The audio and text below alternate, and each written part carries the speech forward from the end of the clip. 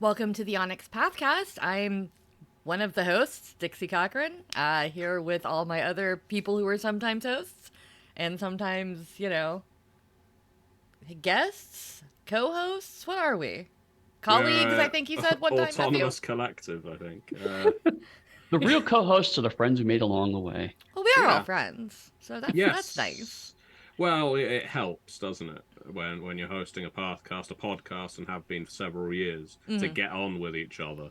Although it would be an interesting atmosphere if we were more snippy with each other. Just a podcast of enemies. Yeah, I'm wondering if that's something we should aim for as the year goes on. Welcome to the Onyx Pathcast. I'm this week's host, Eddy Webb, and with me are my enemies, Matthew Dawkins. Yes, this bunch of assholes. I'm going to lobby that we don't do that because I already think everybody hates me because I have anxiety. Yes. The last thing I need is people to act like they actually hate me on air. No. No, so we won't be asking the viewers or listeners of this particular episode to vote on their favourite Pathcast host. Instead, we have lots to talk about, and it's me. Go for it. Lots. Yeah, we're talking about you. We do have a lot to talk about. How Matthew is egotistical swine. Yes. I mean, I could make up I could fabricate, if you like, some kind of ruse that this egotistical role that I put on is purely a persona made to entertain, but that isn't true. No, I it's am not. an egotistical swine. I'm the only writer in the industry who doesn't suffer from imposter syndrome because I know I'm good. I feel like you should. I feel like you should get a little extra, just a little bit of imposter syndrome because you're maybe not as good as you think you are. Can we be nice to each other on this podcast, please? I guess so. I am not loving this atmosphere coming out the gate. It is early. I am drinking my coffee, and we're being mean. No, and it's Matthew's birthday, for God's sake. Yeah. What? That's who wants for his birthday. He wants us to abuse him. No. I worked very hard for this birthday. I pulled myself up by my bootstraps for this birthday, and, I feel I've earned it. But yes, it is my birthday. Congratulations to me. But congratulations also to my Pathcast hosts, not because of my birthday. They have nothing to do with that. We have been doing this show now for years. Mm-hmm. Yeah. And we've done it in various formats. We've done it audio only, of course. That's our predominant form. We've done it on camera for several online conventions now. I think primarily Onyx Pathcons, but I think we may have done some for virtual horror cons. And we did. Mm-hmm. That's right. We've recorded them in person as well whenever we've had the opportunity at conventions. We are straddling media. Was it Rich who sat on the floor at Midwinter? No, it was me. No, it was you sat on the floor. Yeah, Rich had the audacity to sit on my bed. Which, given that there was a lack of seating, I understand, but still, my bed. Still, I'm not over that. Oh, okay. Mm. But yeah, congratulations all of us for running a podcast for this long into the ground. Congratulations to you. for living another year. Yeah, I think we're on episode 263 to 64 as of right now. Podcast Live. Hell's teeth. And that's not bad, is it? Yeah. Chad just mentioned that we did do a couple of live call-in shows. Mm-hmm. Yeah. Yes, we should revisit that. We talked about Danielle's plumbing problems. We did talk about the plumbing problems. I remember that episode distinctly, not because Danielle had plumbing problems, but because Danielle dominated the call-in. Once she was there, she refused to disconnect the call. It was like some kind of obsessive fan. But if luckily, only we had a way to remove her from a call. We did what we do with all obsessive fans. We recruited her as a co-host of the podcast. That is not true. Don't give anybody that. Well, I mean, I have not recruit obsessive fans. I mean, my bone to pick with you is that you were in the chat yesterday telling people to DM us questions in the Discord. Did anybody do that? No, thank God. It was a joke. I don't accept DMs from strangers. Yeah, it's clearly against the OPP Discord rules. Right. Danielle encouraged people to break rules. You're supposed to make rules. You're a mechanics person. Yeah, you make rules to break them. Exactly. And So already Tom Murr has picking I for- would Yeah. I would let Tom be on the Onyx podcast To be anytime. fair, I mean, Tom's got a better voice than all of us by a long shot, and Oh man, a better is this accent. about voice? Y'all need to get rid of me. Voice. Blink 182 over there, as we established yesterday. Because I said designer.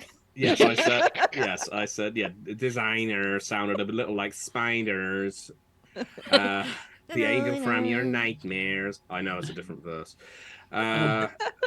So we're not just here to autopsy each other. We are here to talk about Onyx Pathcon. I hope we don't actually have a topic, do we? I mean, I think the topic is Onyx Pathcon so far because it is the last day.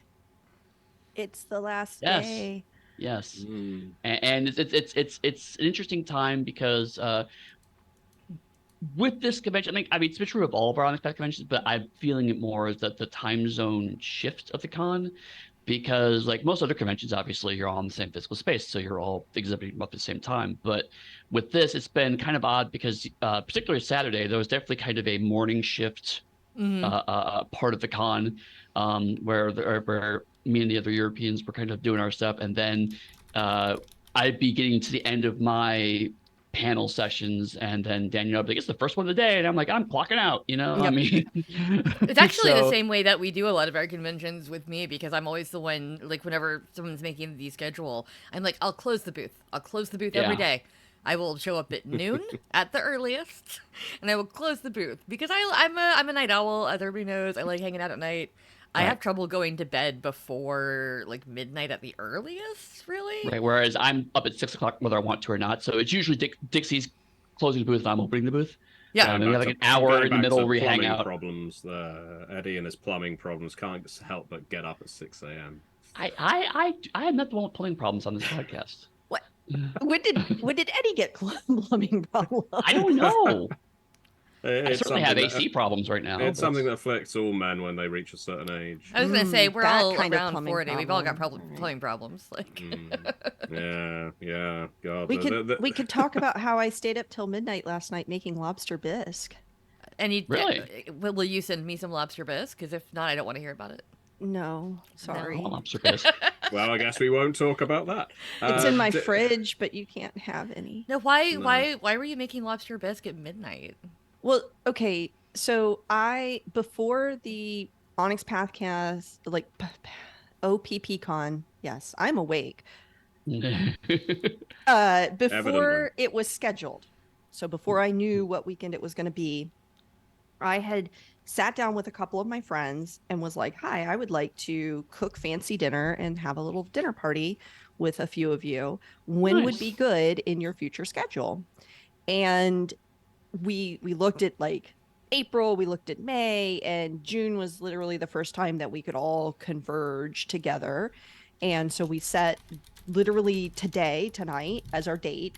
And then a week later, Rich was like, yeah, we decided that the weekend of the 16th to the 18th is going to be OPPCon. And I was like, well, okay. So Yeah, I was surprised it was this weekend because we have the birthday trifecta today, where it's my partner's birthday, Eddie's partner's birthday, and Matthew's birthday. Yeah. But here we are. Yeah, so Now, granted, they are all okay with it. Like, I read it by my partner. Like, Matthew was okay with it. We're not, like, doing this despite their protestations, just so people know. No, I didn't protest at all. You didn't! I was in that meeting. No, But yeah. I am a flexible individual, listeners, viewers. I am more than happy to spend my birthday recording panels and running games. not me. I mean, Aren't you running a Patreon game later? Yes.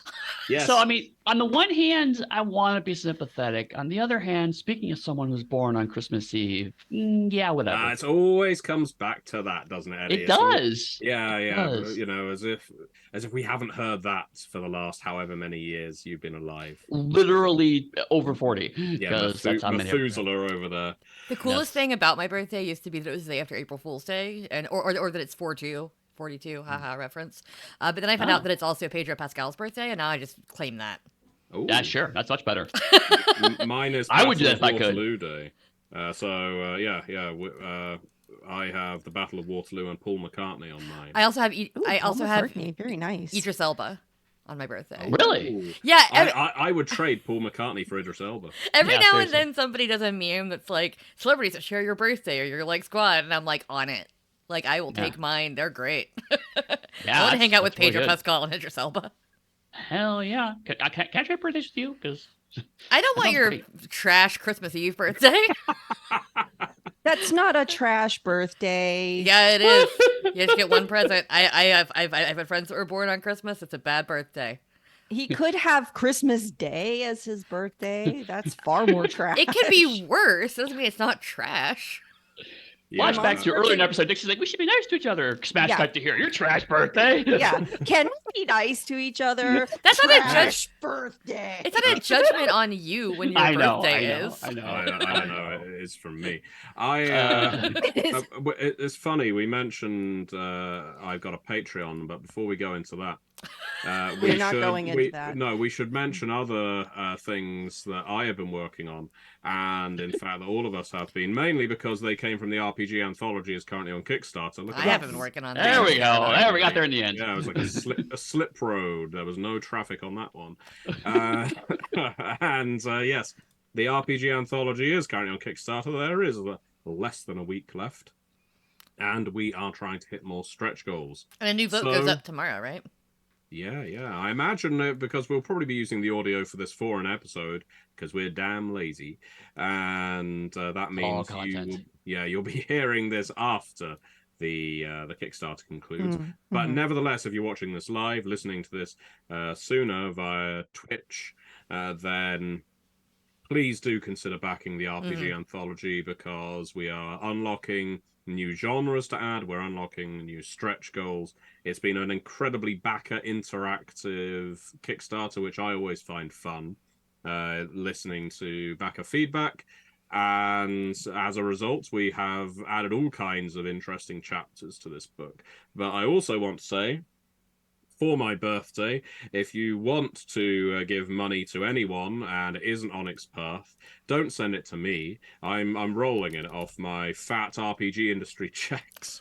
Instead, give money to the Bodhana Group because they are our charity with Onyx Path Con. The Bodhana Group are a wonderful charity. They've already had a panel, haven't they, regarding the game we're making in concert with them. We had that yesterday at 5:30. Yep.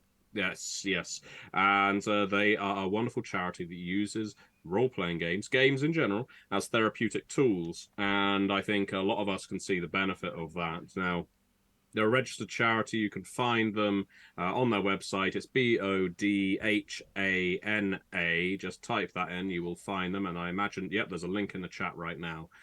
Donate as little or as much as you can. It genuinely does go to a fantastic cause. And it is all I want for my birthday. And I'll feel really sad, like my birthday was ruined if you don't. And if you are interested in Branch Riders, the game that we're publishing with them, do check out on VOD the panel from yesterday.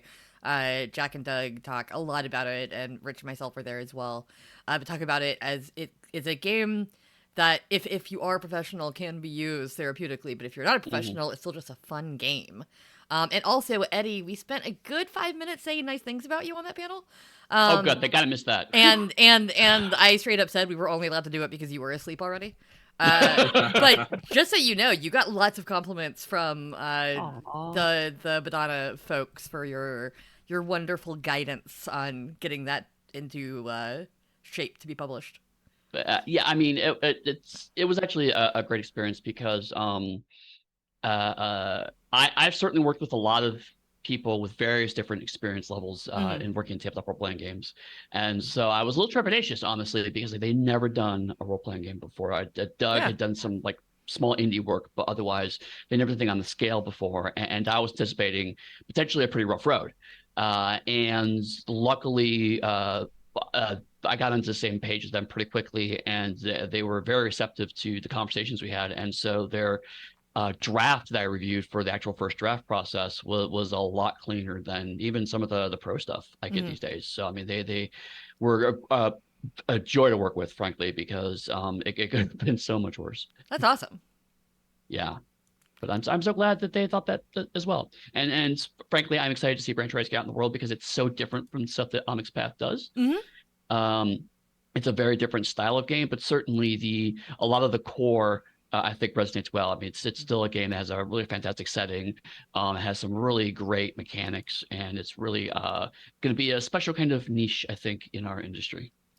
Yeah, no, it's really cool. Definitely watch the panel if you want more information on it, because Doug and Jack can talk ad nauseum about this game, which is what I let them do for the most part. Yeah, we only got on a slight tangent about Gunsmoke or Bonanza or something. There was one commercial reference made that both me and Doug were like, millennials. Yeah, that's pretty common. It's usually we had regular meetings for branch writers. Now we're trying to log in first, and Jack's like, "Okay, Jack, we have a 5-minute window. Let's do our old Gen X conversation now. When the rest of the team gets on board, we can not leave them behind." Quick, push it all in. Right, exactly. Now, keep pushing it all in. What? Well, at which point the Pathcast took a turn. No, I was going to say, it's like one thing we've been talking a lot about this weekend. It has been Storypath Ultra as well. And we've been pushing it into, like, we had a Scion game using some early Ultra rules. We had a Trinity game using Ultra rules. Danielle has run or is running. I ran. Has run last night. How'd that go? It went really well. I picked a bang-up team of improvers, so we didn't actually get through the entire scenario I had planned because Terry's eloquent speech and descriptions of the ridiculous thing his character was doing took up a lot of time. That we wound up having some weird technical issues, which I was able to solve, but ate up a little bit of our time. But otherwise, it went really well. We played an urban fantasy game. Monica played a demon who was a thembo. Of course she did. Terry played a ghost who was a sad little mopey dude who was afraid that people would forget him. So wound up getting on stage in a nightclub and reading out like some poetry that he had just written to get attention. And Kim played a vampire who was kind of a little bit of a punk, like eat the rich, but like literally. Nice. All right. So yeah, it was tons of fun. They seemed to have a lot of fun, and the fans were very happy to see some of the moving parts of Storypath Ultra. Yeah, I didn't get to watch it because I had the branch writers panel, and then food happened, and then I had to get ready for my game. So I am looking forward to watching the VOD on that because I would like to see it in action too. We've been talking about it behind the scenes and working on it and stuff for so long that seeing Storypath Ultra in action is very cool. Mm-hmm. I was playing Realms of Pugmire last night. How'd that go? We did the scenario from the Realms of Pugmire core book, right? Okay. And mostly we got real... you put a bunch of leftists in there, and we started talking about the ethics of using zombies as a workforce and whether or not the people consented to becoming zombie workers. Our GM, Krista from Dork Tales, is really good at accents, which I did not know because as everybody who listens to this podcast knows, I don't really watch actual plays all that often. It's just not something that I find fun. But I do like playing in them, obviously. But like all of the characters had amazing accent work. We had like a Russian character. We had a character that was very much from New York. I think that was Mr. Grumpy Face. Fantastic. But yeah, we didn't get through quite as much of the scenario as I think we wanted to because we were having too much fun. So it's not like it's a problem. Also, our group was amazing. We had so much fun doing character creation on Thursday. We had a very tiny dog who was a stray, so swinging around Giant Mall, of course. We had a very large dog who was our artisan. So we had a good time. I was a shepherd. It was fun. it's funny you mentioned leftist Pugmire, because in the game that I ran, I let everyone make their characters, or I could make them, and it kind of ended up being a bunch of free dogs. And so I was like, cool, great. So you're a bunch of free dogs. You come into Houndton, and then I shuffled them into my haunted house scenario. Yeah. And so like there's this, it's the head of the Transylvania Hounds, and she has this creepy manner, and she has all this stuff. And like the whole time it was like, and this is why the nobles shouldn't be in charge, because of stuff like this. You put them in charge, they summon demons, they leave plastic lying around, they make things worse for everybody. Yeah, one of our dogs was a thiefy roguey type character, and I kept having to be like, I don't know if you're a very good dog, because I was playing the shepherd, and I was very concerned about the welfare of this one, I love it though. That's always great when you can hit that kind of sweet spot of like, this is a dog game, but also it's actually talk about real problems and use that as a lens to kind of talk about those things. Oh yeah, we were talking unions. We were asking if the zombies were actually scabbing. Like, we had questions about the ethics of what was happening at the docks in Pugmire. I mean, I can imagine zombies breaking a picket line, but I don't think it would necessarily be of their volition. I think they're just drawn toward lines of people. Usually, and they would break it quite literally in a sort of siege way. If they're being controlled by a necromancer. Well, then the necromancer is the ultimate scab. That's what we said. Yeah. Well, I'm glad. Yes, we've come to consensus on this matter. Let's take our complaints to the necromancer in writing. Now, you were running classified earlier, right, Eddy? Yes, I was actually. And that's my first time running actually any They Came From game. I had not run any kind of They Came From games previously. And I wanted to do classified because I just feel like classified doesn't get enough visibility. It's like, I was like, it's Beyond the Grave or Beneath the Sea. And so I ran it, and I had like more notes than I usually take. And I should have known better because the players were off script pretty much immediately. But the premise was basically they were the support team for a big super spy who had the initials JB because they all do. And the spy was like, if you choose to accept it, you have to follow this mission to go to an island base run by this eccentric billionaire, and he's bringing robots. And he said, nope, choose not to, and just left. And they're like, what? And so now the team had to go do the mission without him. And it was great because like half the team were like seducing key people, and then the other half of the team were like trying to figure out where the robots were. And I was trying to find ways to keep pushing them back together to reunite the team, and they kept like finding ways to go back apart. So like I think they were actually together as a team maybe 30 minutes throughout the whole episode. But it was just a blast. They really got the idea and the concept of the game really, really fast. And I framed it like a television show. And so they were pretty quickly doing things like the camera zooms in on my character and you see this thing, or we're just going to cut away to now you have new outfits, and we don't even explain why. I had a commercial break even, and we talked about the cigarettes that were being advertised during the commercial break, You had a fantastic crew of players as well. Absolutely. I had the good fortune to tune into some of that actual play, and Edwin, CJ, Ryan, and Tom really did a wonderful job of portraying characters who felt authentic for them, that not only that genre but that era. It's always lovely to see other people running They Came From, and especially, and Eddy, I always forget how well, and I had certainly forgotten until you just said it, that you hadn't run it before. So I'm so glad it went well. I have also. No. Oh, sorry. No, I was just gonna say. I mean, it was a load of fun, and I think it helped that everyone kind of, I quickly said, it's like, oh, this is a 60s television show and an ITV budget, and everyone in the group immediately got what I was saying when I said those words. So I think that really helped that we were all on the same page so fast. Yeah, I also have not run any They Came From games, which means that I definitely need to. Yeah. Neither have I, to be honest. That's a lie. I don't know anyone who has. More than 10 lies. That's many lies stacked up together wearing a trench coat. Like, what is that? I was literally in the room when you were running the game at one point. We've got you on video running the game on our YouTube channel. That was what that game was? I thought I was playing You're wearing a jaunty hat? Yeah. Yes. Yeah. No, that was nice. That was Vampire. What are you talking about? That's Vampire. Yes. Man, very, very odd homebrew version of Vampire. He was playing a Jaunty La Sombra. V5 really did just veer, didn't it? I mean, whew. Yeah.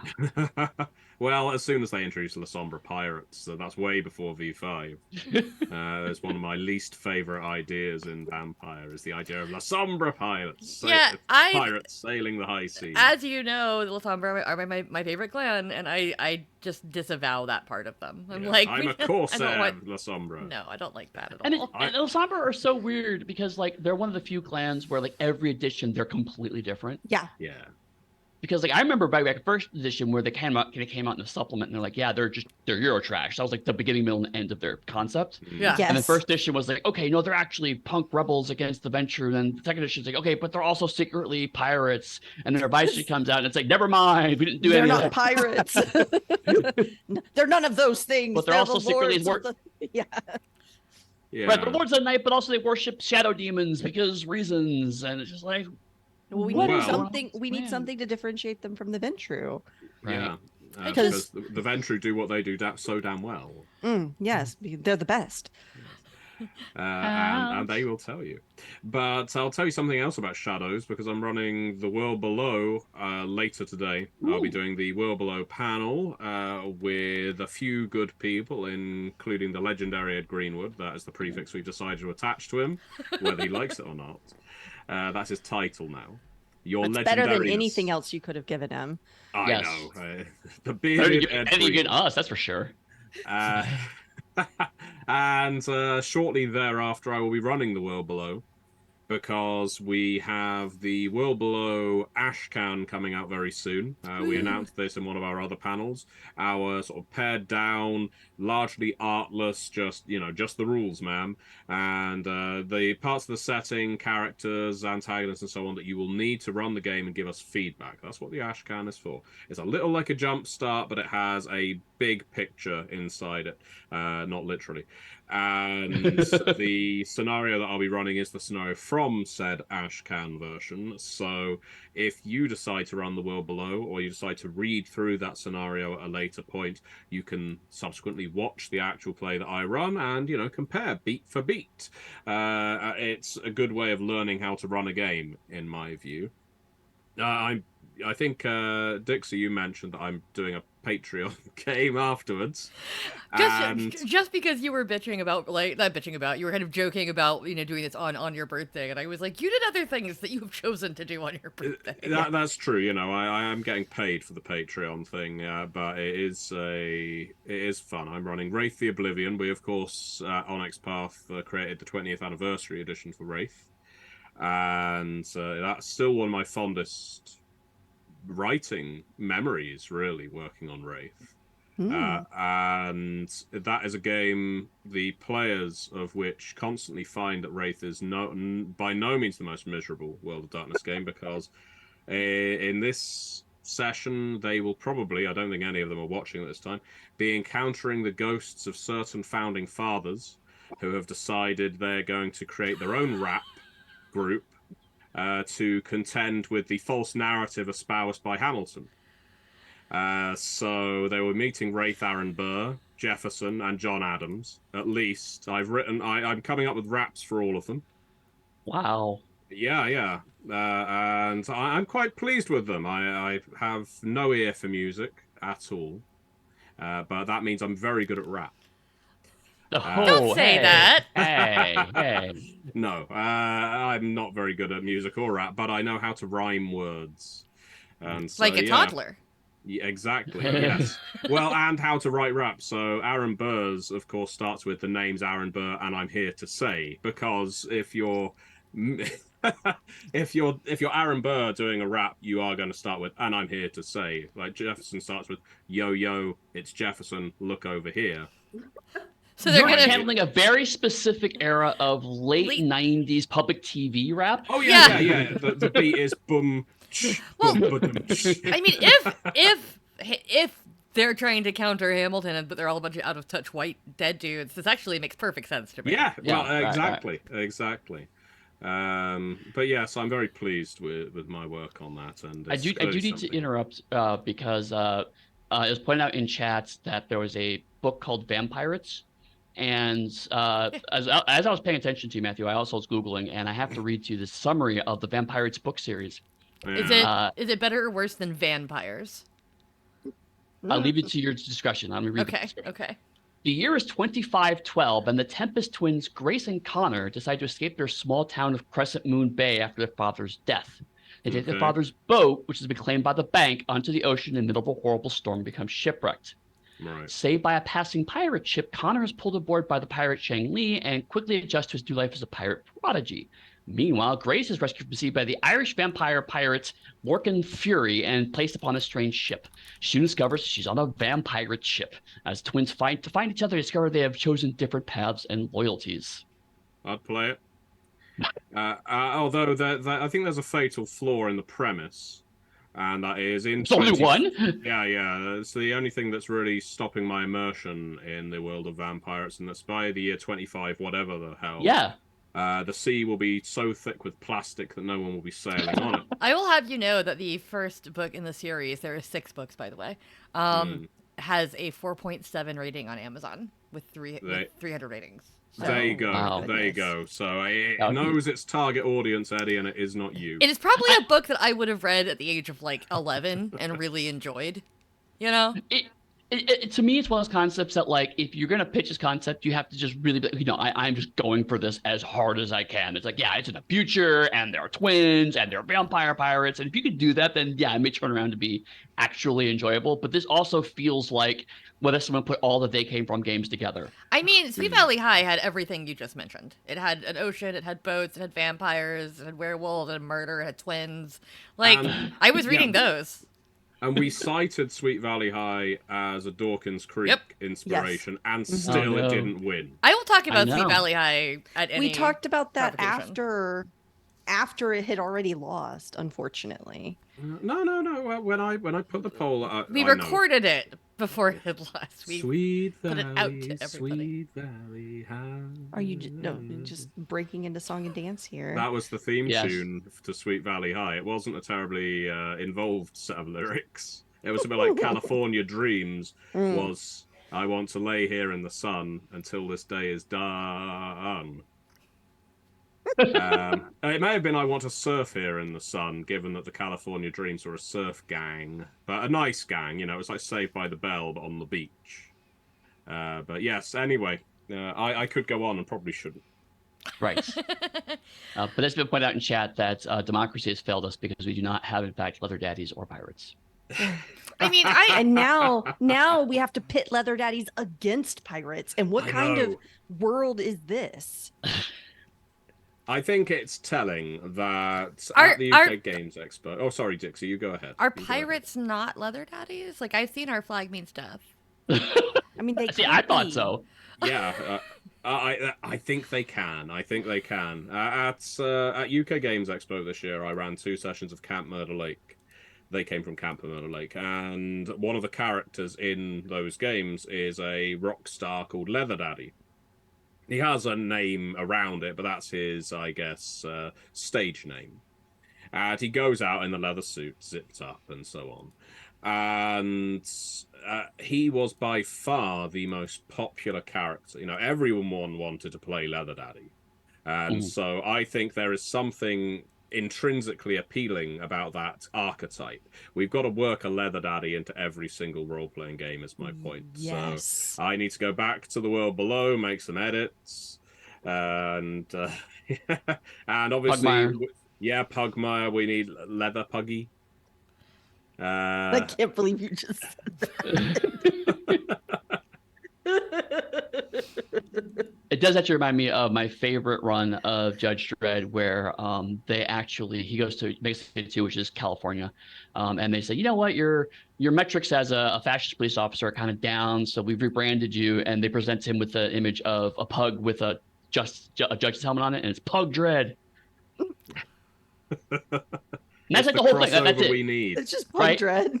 It's just Pug Dredd, and then Pug Dredd just kind of keeps coming back, like randomly throughout the run of issues, and it's just I know we've mooted many times Cyberpug. And I think at this point we need to bench Cyberpug and go for Pug Dredd. Get in touch with 2000 AD. See what. Let's make magic. It's true. It's true. Let's synergize. They already did Dread, so I mean, they're clearly up for the puns. Now we are, of course. I mean, this is a Pathcast Live. We are taking questions people have them. We've only had a couple of questions so far. We are. So I haven't been. I mean, if people want to ask questions, we don't have to answer them. We're not obligated to do anything contractually. Oh, that's true. However, someone did ask what topic we would like to cover on the podcast that we haven't done yet, and that is an interesting question, in my opinion. Because I feel like either A, we've done the topic, B, we've done the topic way too often, or C, we forgot we did the topic, but actually already did the topic.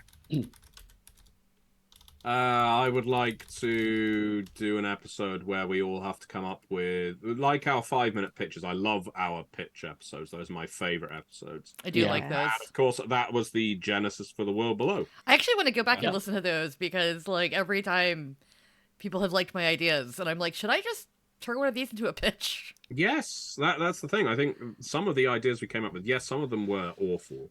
Oh, yeah. But that's because we had completely disparate elements and we're thinking, how do these work together? But sometimes they actually bore fruit, mentally, if nothing else. But I mean, I don't know why you went with the word below and not Shin Megami Tensei Dragon Cooking Mama Rockstar.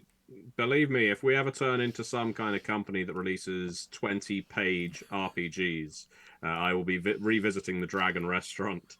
But no, I think we need to do our 5-minute Founding Father raps.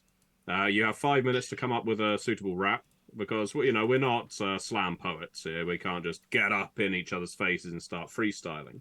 But with a few minutes anticipation, you're allocated a Founding Father or revolutionary. And then you have to do a short rap about them. Somehow tie it into one of our games. Boom. Why does John Adams favor playing Dystopia Rising Evolution? I'm out. Yeah, I'm not doing this. I'm out. No. I think I could actually do that. You pitched it, of course. Go for it. That. Okay. I want to hear the John Adams Dystopia Rising rap right now. Okay, all right. Can I start? Can I get a boom boom ba-dum? No. We're not helping. Okay, fine.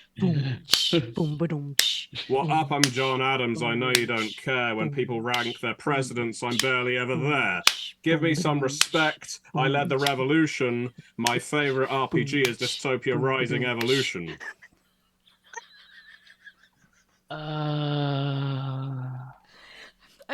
done. I I'm gonna quit. turn the stream off. I'm down. I'm out.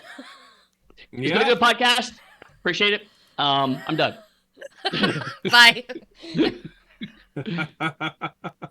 don't believe that just. I've got more. There's a lot of No, you don't. No, you don't. No, you don't have any more. This goes in the same box as Hoobastank. This goes back into the Hoobastank box. No, cruelly misjudged. I feel the Hoover. They will rise again, just like John Adams. God, I hope not. Yeah, still talking about Hoobastank? Yeah, I'm trying not to. I'm trying to end this conversation. The through line of our convention from about through 2 line of years. Convention. No, they were the through line starting with Mummy the Curse 2nd edition and running. Wait, what? Through.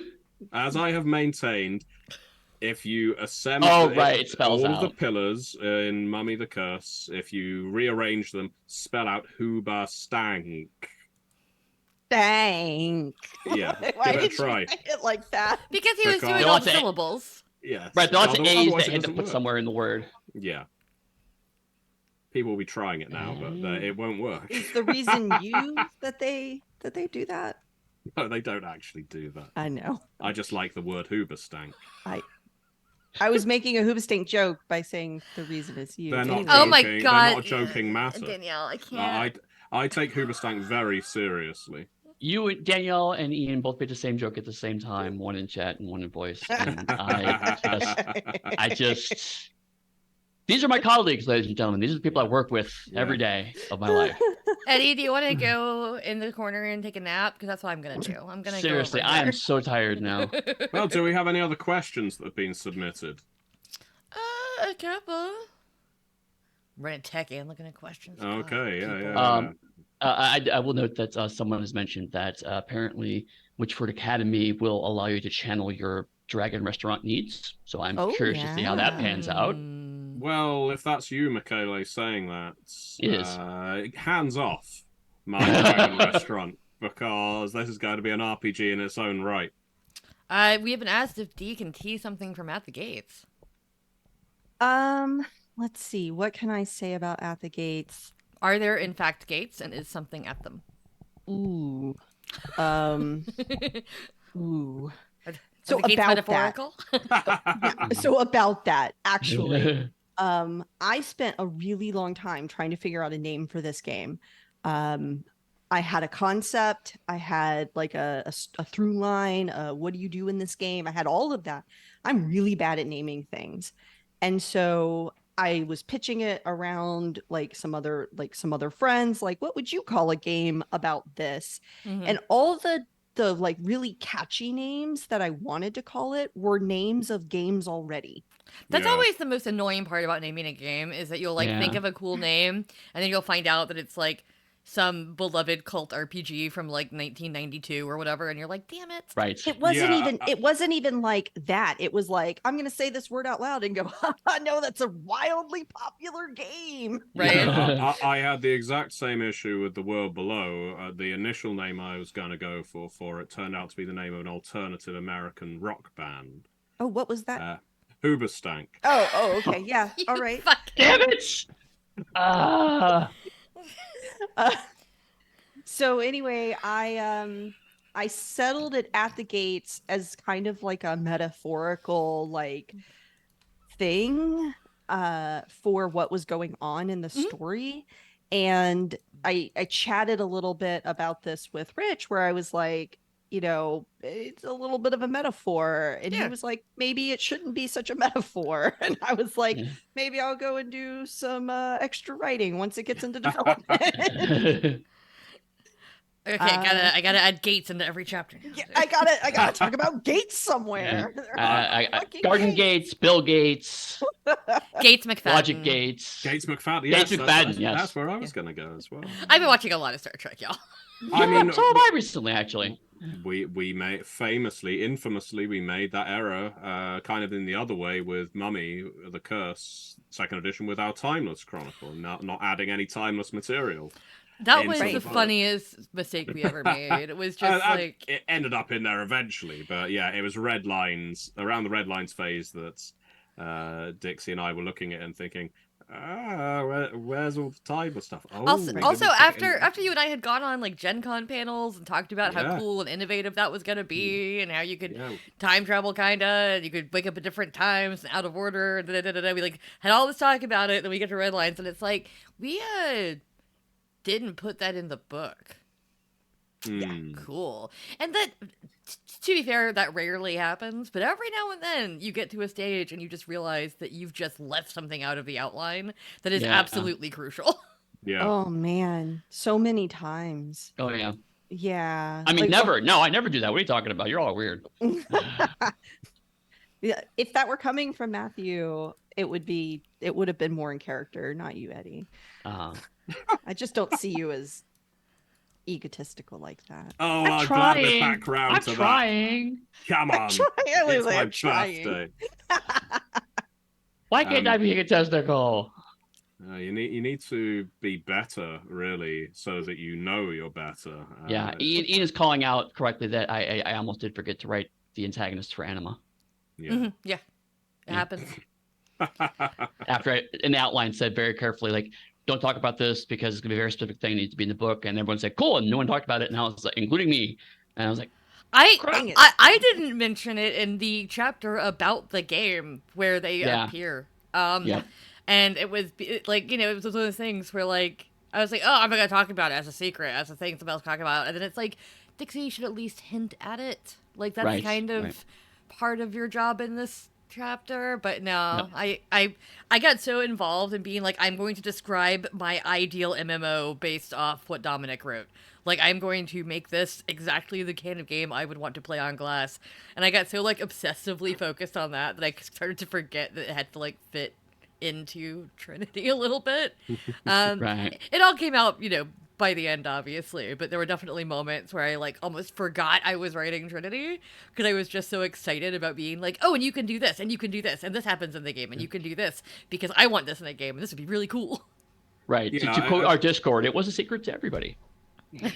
I think it's actually is an easier problem to stumble into than I imagine most viewers, listeners think, because if you as a developer or a game designer or what have you have such a central idea in your game, let's say, so to use the timeless example, and you put it in your outline, you say, so, and you tell all the writers in your meetings with them, this is the sort of central conceit of the game, that's fine, but you still need a specific place in which you discuss it, break it down, and so on in your book. Otherwise, you're kind of, and I think this is where people go wrong, where I went wrong, is you end up relying on all of the writers conveying your enthusiasm and detail through their writing, but of course they're going to also write about what they are interested in. Yep. And so it is a crapshoot, really, when those first drafts come in. Obviously you can micromanage it to a degree, but it is a bit of a crapshoot that when those first drafts come in, how heavily they lean on the themes you want them to, because people need creative freedom, but they also need direction, and the easiest way to put direction to a team is put it in the damn outline and say, you're responsible for this. So at least someone has got to spend 5,000 words explaining how this works mechanically. It can't just be a nice thing that exists in the world. Yeah. Yeah, it really is kind of a double-edged sword when you're excited about a topic, because, you can get really excited and you can write way too much about it. And I've also been given assignments here and there where they're like, do 5,000 words on this. And I'm like, I did it in 2,000 words, and it's fine. So can I use my other 3,000 words elsewhere, or did I miss something? Because that's always the kind of thing that we go back and talk to our devs about, which I love that part of the process of being like, oh, I was given 5K on this, but I think I need 7, or I was given 5K on this, but I only need 2. So can we reallocate this? You wanted to go to somebody else, because that happens sometimes. Every now and then somebody has a little word deficit, and we're like, oh, so-and-so could actually really use those words. Can we shuffle them around a little? Yeah, fun fact, whenever I'm assigning words in an outline, it's really vibes. Yeah. Vibes. It is vibes-based. Powers for this game, I don't know, like 30K maybe. I don't know. That seems right. Introduction, that's probably going to be like, well, I'm going to fit it in 2,000 words or less, and if it goes over that, well, fuck me. Like just stuff like that. It's just vibes the whole way down. Yeah. I mean, certainly, if you have similar games to look back on, you can say, okay, well, we have it in roughly, character creation seems to be about 20,000 words in these games, so I could do another 20,000 words for this one and be fine. But yeah, certainly there are times where it's like, I've had writers go, like Dixie said, it's like, I feel like I covered this topic, and, what else do you want me to write? And the answer might be nothing. Nope, you got it. So we'll just give those words to the other writer who clearly needed way more. I think that it's as much art as science, but certainly there's all. It looks more scientific than it really is. That way. Yeah, the only stuff you can be super sure of for the most part are like specific write-ups, as you were saying, like this stat block should be about 500 words because every other stat block that looks like it is that many words. Right, yeah. But if you don't have that, and even then sometimes it's like, well, this person has a fiddly power, so I need an extra 200 words on this person's stat block because there's a fiddly bit I gotta fit in. Right, or you're statting up a house, as a random example. Hey, I love my house. But you don't need a word count to talk about the house. I didn't. It has no attributes nor skills. No, and yet it still has a stat block. It has powers, just not skills. It's it's interesting. I guess the idea that we have these vibes, we sometimes base them on previous books, And as an example, The World Below, which of course we intend to do crowdfunding later this year, after the Ashcan, after we accumulate some feedback from that with any luck, is to take the introduction as an example, because Danielle was talking about an introduction that should fit in around 2,000 words. That's one of those chapters that a lot of the time I think we look at an intro as, okay, it's got to deliver the headlines, now let's get into the game. And it was after, I think, Danielle's feedback on The World Below that was largely, you know, this is a brand new game line. You know, this is a game that introduces new terms. This is a game that introduces new ideas that we haven't covered before on Onyx Path. Therefore, we need to introduce those up front. And so all of a sudden, your introduction becomes a much more important part of the structure than it would in, let's say, a source book for a game line with 10 plus years of history. Right. I do kind of hold with that idea that I know some people do in other media, that the tighter the constraint, you know, the tighter the word count, the deadline, often the better the work you get from people. It's not always the case, you know, it's not necessarily true. But I think if you give someone 5,000 words to write something, or you give them 10,000 words to write something, quite often, especially if we're talking about setting, something which sometimes is regarded as fluffy, it can be punchy, dynamic, and so forth within those 5,000 words, rather than spreading it to the 10,000. Obviously, it differs from project to project, but I think I've been coming around to the idea that, okay, well, we don't need to be that roomy. Right. Something that came up in RPG Anthology, because RPG Anthology is a massively condensed version of all of the They Came Froms. The antagonists are condensed, the archetypes are condensed, even the cinematics are condensed. We chop away so much of what, I guess, makes Beneath the Sea, Beyond the Grave, Classified, and Cyclops' Cave the size they are, and I've got no issue with the size they are. But it's a really interesting experiment as a developer to see that same information delivered in a very much more condensed fashion, and see whether it translates in the same way, if it's better, if it's worse. And so, once RPG Anthology is out, obviously that's some time off, but once it's out, and obviously you can also see the full manuscript if you back the Kickstarter, I'll be interested to see how people gel with it when compared to a Beyond the Grave, as example. I mean, also, the amount of words and style of writing should, you know, go with the setting you're presenting on some level. That's something that I think is really important. Which is why, like, a lot of Exalted stuff tends to be a little longer, is because that's just the sort of language that is used in Exalted. Also, working on something like when I worked on Cavaliers of Mars, I know that Rose was really going for that kind of like pulpy sci-fi, like what language I would usually consider slightly overwrought. But that's what we were going for. So when I was writing on the supplement for that, I used a lot of, you know, $10 words, because that I wouldn't normally use trying to convey information in a simple, easy to understand way.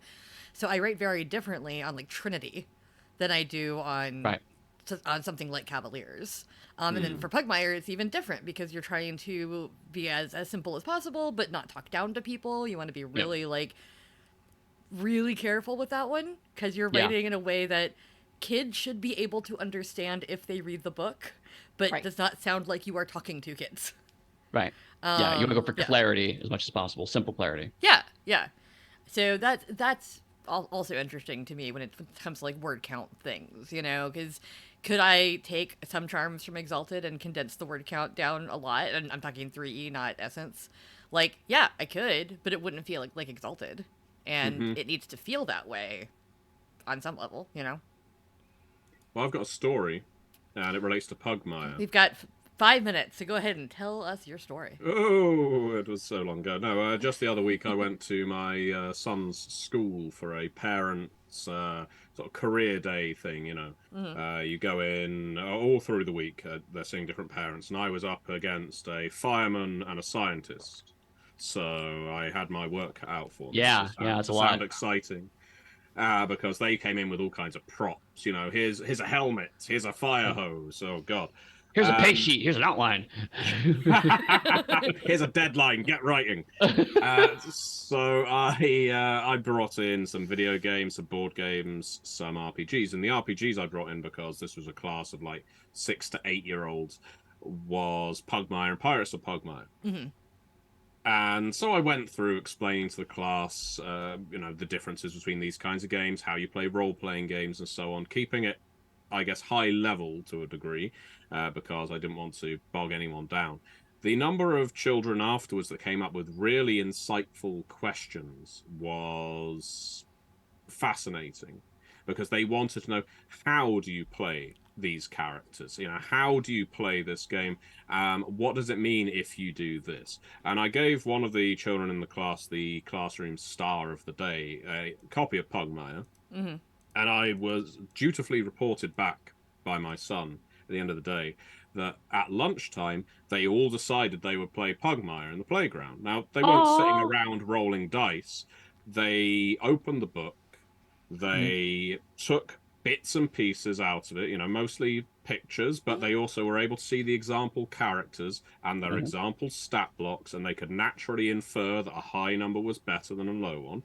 And then they could take monsters from the back of the book, giant ants and whatnot, and they could then play with that material, because the material is written to be accessible, and it isn't talking down to them. They weren't looking at this and thinking, this is babyish, or this is childish. We want to go around playing soldiers or Marvel superheroes or whatever.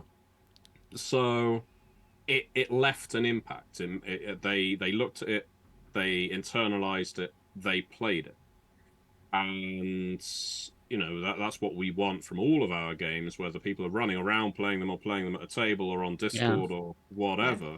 It's that ability to look at content and immediately have it speak to them in some way. For that to happen with a bunch of primary schoolers was so exciting. It's lovely. It's lovely to see. You're throwing me bodily back to elementary school, because I had two best friends in elementary school who I'm still friends with today.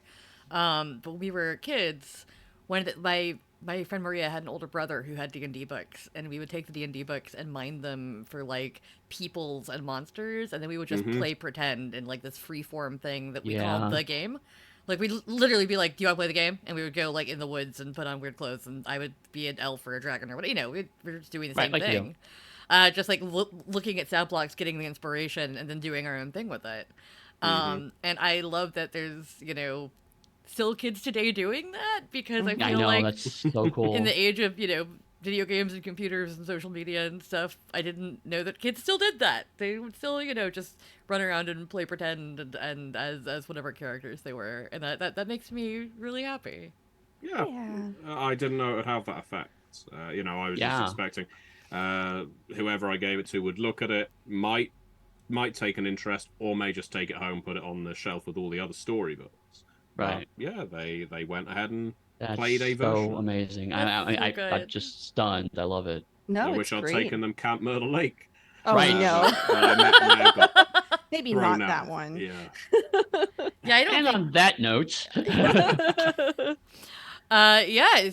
I guess I do the end of the podcast here. So, Eddy, how can people find you, follow you, tell you their incredibly wholesome Pugmire stories? Well, I'm going to fall into a puddle of wholesomeness now, because that's just so amazing. But when I reconstitute myself, you'll be able to find me at pugsteady.com. It's PUGSTADY. You can find me at Pugsteady on Twitter or on dice.camp. Or you can find me in the Onyx Path Discord, where I'm usually talking in off topic about things that have nothing to do with our games, but seem to entertain people. So that's always fun. Dee, what about you? You can find me at daniellelauzon.com, and also I'm on the Onyx Path Discord. You can always chat with me there. Definitely DM Danielle. Yes, you can try to DM me and see how that goes for you. You can find me on MatthewDawkins.com. You can find me at Twitter at DawkinsMP. You can find me on the Onyx Path Discord, largely hovering around They Came From and World Below channels. But yeah, you can find me in a lot of places, and I'm always happy to talk about games. Yeah, you can find me at Dixie Cyanide pretty much everywhere. I was just exposed for not being subscribed to our channel on the chat, and I feel... How dare. Also, I'm not subscribed either. I just got a gift sub, and I was like, oh no, you can tell.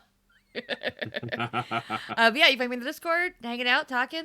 Don't DM me, or, try.